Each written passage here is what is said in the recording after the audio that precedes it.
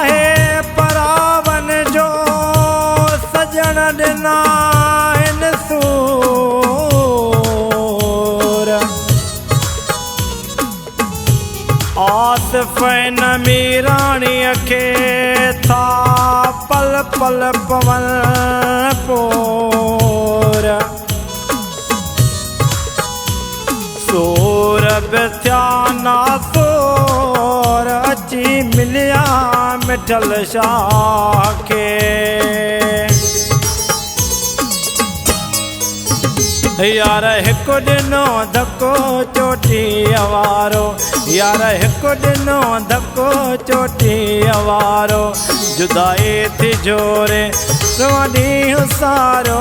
वया साल गुज़रे आयो कोन प्यारो यार हिकु ॾिनो धको चोटीअ वारो यार हिकु ॾिनो धको चोटीअ वारो जुदाई थी जोरे रवां ॾींहुं सारो वया साल गुज़रे आयो कोन प्यारो यार हिकु ॾिनो धको चोटीअ वारो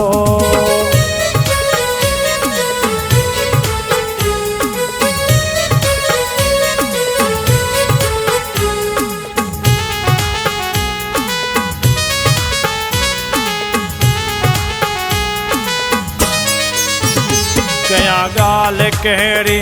अज़ालो न थींदो कयां ॻाल्हि कहिड़ी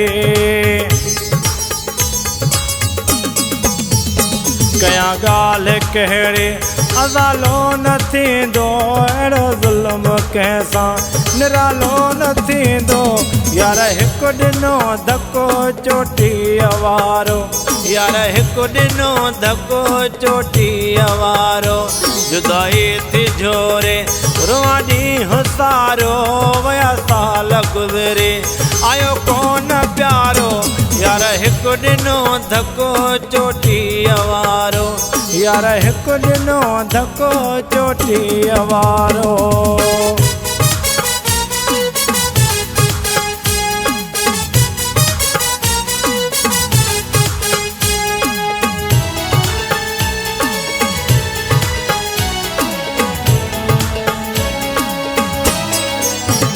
तानन मेहणन जा वसिया मींहं मूं ते तानन मेहणन जा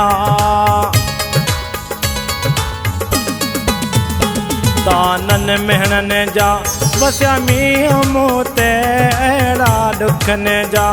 आया ॾींहं मूं ते यार हिकु ॾिनो धको चोटीअ वारो यार हिकु ॾिनो धको चोटीअ वारो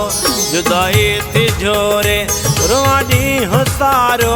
वया साल गुज़रे आयो कोन प्यारो यार हिकु ॾिनो धको चोटीअ वारो यार हिकु ॾिनो धको चोटीअ वारो